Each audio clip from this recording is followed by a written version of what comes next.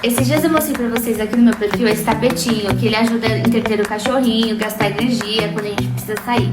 Pois bem, tudo que é bom pode melhorar. E sabe de uma coisa? A Biobone fez isso. Eles me enviaram esse kit de mordedores e uma coisa eu posso falar pra vocês, que eles são incríveis. E eles não são um simples mordedor, eles são feitos de vegetais, não tem plástico, é adaptado para cada mordida de cachorro. Por exemplo, aqui em casa a gente tem cães pequenos e grandes, né? Então eu recebi as 3 opções ideais para eles. Chega de se preocupar se o seu doguinho vai machucar os dentinhos ou ingerir aquele brinquedo que não devia e até mesmo poupar alguns objetos da casa. Mas chega da minha opinião, vamos colocar os especialistas para poder provar.